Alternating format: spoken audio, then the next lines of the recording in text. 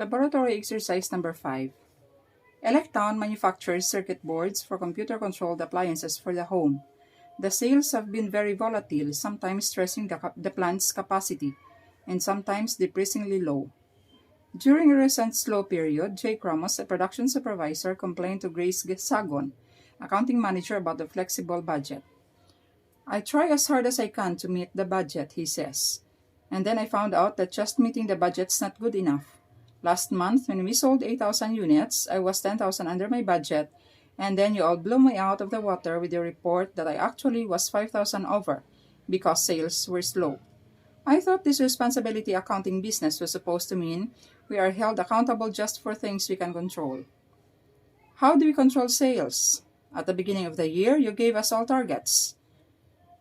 Mine says that for an average month of 10,000 unit sales, I should spend about 82,000. I spend less and get an unfavorable budget report. What gives?" Required, write a short memo to respond to Mr. Ramos. So the memo of Ms. Grace Sagon to Mr. Jake Ramos will be to Jake Ramos from Grace Sagon.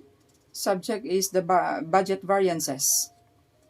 So, dear Mr. Jake Ramos, this is to respectfully inform you that your performance is satisfactory as figures are not material. Please take note that an increase in fixed operating costs will result in an increase in the degree of operating leverage, and a decrease in fixed financial costs will result in a decrease in financial risk. Therefore, producing less does not necessarily result to favorable cost variances. Producing less than your capacity actually results to an unfavorable volume. So with the existing of fixed operating cost, an increase in sales will result in more than proportional increase in earnings before interest and taxes, and a decrease in sales will result in more than proportional decrease in earnings before interest and taxes. Please be guided accordingly. So the optimum capital structure is the one that balances risk and return factors in order to maximize earnings per share. So the value of a firm at the optimum capital structure is computed as earnings before interest and taxes multiplied by 1 minus the tax rate, divided by the weighted average cost of capital. So in order to get the weighted average cost of capital, we will have the equity divided by the value of the firm, which is abbreviated as V, plus RE, which is the cost of equity, plus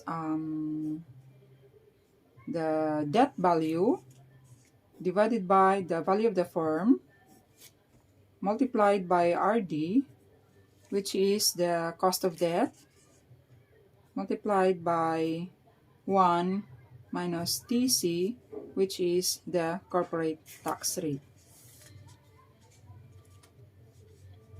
So the operating leverage measures.